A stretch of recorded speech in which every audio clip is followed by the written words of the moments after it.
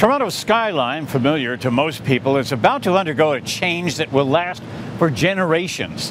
David Mirvish tonight shows CityNews the plans he has for soaring towers for the downtown theatre district.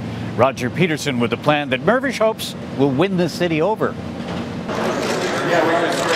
This was their original bold plan from December. 3 towers soaring 86 stories.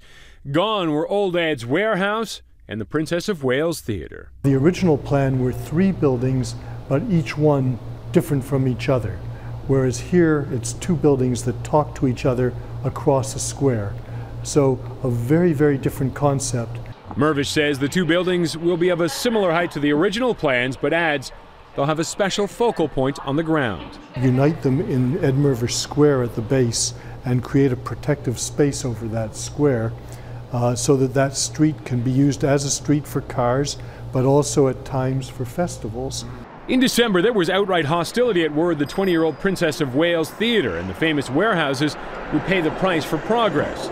Instead, they will become an integral part of this project. What this does is it says that's who we were in 1993, and now this is what Frank Gehry and I can do to say that this is who we are in 2014. Well, the days of just wiping out the buildings that exist in the city, they're gone. We know that's not a good way to create an interesting city, and we know that heritage buildings make a city distinct and interesting.